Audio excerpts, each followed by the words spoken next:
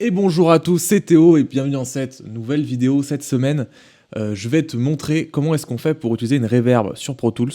Parfois, donc cette vidéo servira pour tous les gens qui veulent mettre une reverb sur une voix ou sur un instrument ou sur ce que vous voulez. Là, pour l'exemple, on a pris une petite sonate bien libre de droit comme il faut pour pas avoir d'ennui. Donc, comment est-ce qu'on fait la version simple? On va sur notre fenêtre de mix. On va ensuite dans les envois. On clique dessus, on va cliquer sur New Track ou nouvelle piste en français, je suppose. On va faire une nouvelle piste auxiliaire en stéréo qu'on va appeler Reverb dans notre cas, que l'on va donc créer. Automatiquement, on va avoir une nouvelle piste qui va s'appeler Reverb qui va être créée. Ici, on va pouvoir, en cliquant là, choisir tout simplement à combien on va envoyer le son dans la reverb, c'est-à-dire que quand on va lire, alors je peux te montrer, hop, c'est-à-dire que quand on va lire, comme tu vois là, le son il part tout simplement dans notre piste et ensuite il va au master. Et si on veut l'envoyer dans la piste de reverb, il va falloir qu'on envoie le départ reverb, qui est le même, hein, ici ou là, c'est au même endroit. Et ensuite, il va sortir dans la piste qui s'appelle Reverb. Et sur cette piste Reverb, on va venir insérer une reverb. Donc là, je vais mettre celle que tout le monde a, c'est-à-dire la Deverb, qui est par défaut avec notre ami Pro Tools. Donc la voilà. On laisse bien le réglage wet à 100%, c'est-à-dire avec un son qui est entièrement réverbéré. Et ensuite, on va venir doser notre reverb, tout simplement, en envoyant plus ou moins. C'est-à-dire que ça, c'est le curseur du son normal, on va dire. Et ça, c'est le curseur du son réverbéré. Et ensuite, tu as le général qui est donc le master.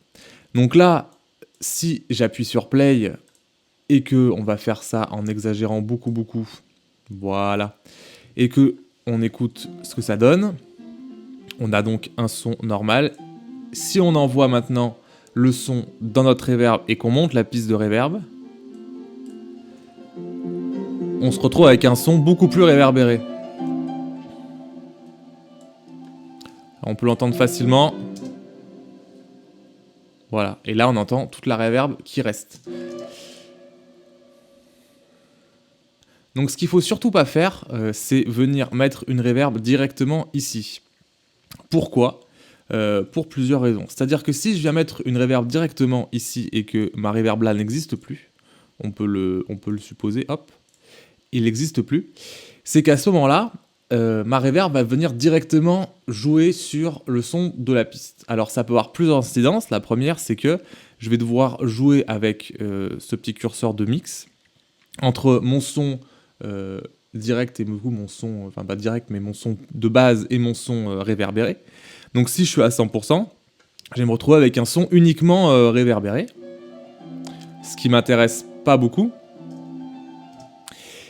Et le problème que j'aurai, c'est que si j'ai deux pistes différentes envoyées dans ma reverb, ça n'ira pas. Or, la plupart du temps, ce qu'on fait, c'est qu'on va mettre une reverb pour plusieurs instruments. Par exemple, si on veut faire une batterie, on va mettre toute la batterie dans le même espace, parce que sinon, ça n'aura pas... ça sera un peu bizarre à l'oreille, après, sauf si c'est pour donner un effet très spécifique. Et ensuite, deuxième chose importante, c'est que si j'ai ma reverb en haut, et qu'ensuite, je rajoute un EQ, par exemple, à ce moment-là, mon EQ va venir modifier le son de ma reverb. Et non plus il va venir modifier le son réverbéré et non plus le son direct de la piste. A contrario, si je remets ma piste, hop là j'ai tout enlevé, si je remets ma piste avec ma reverb, je peux mettre ma reverb, mettre un EQ uniquement sur ma reverb, et ensuite mettre un autre EQ uniquement sur mon son. Donc à ce moment-là, si c'est une voix par exemple, je vais pouvoir traiter la voix, ensuite l'envoyer dans une reverb et ensuite traiter cette reverb. On peut très bien vouloir une reverb qui est très brillante et donc qui aura beaucoup de hautes fréquences, et dans ce cas-là, augmenter les hautes fréquences de la reverb sans vouloir pour autant augmenter les hautes fréquences de la voix. Un des cas qui est possible.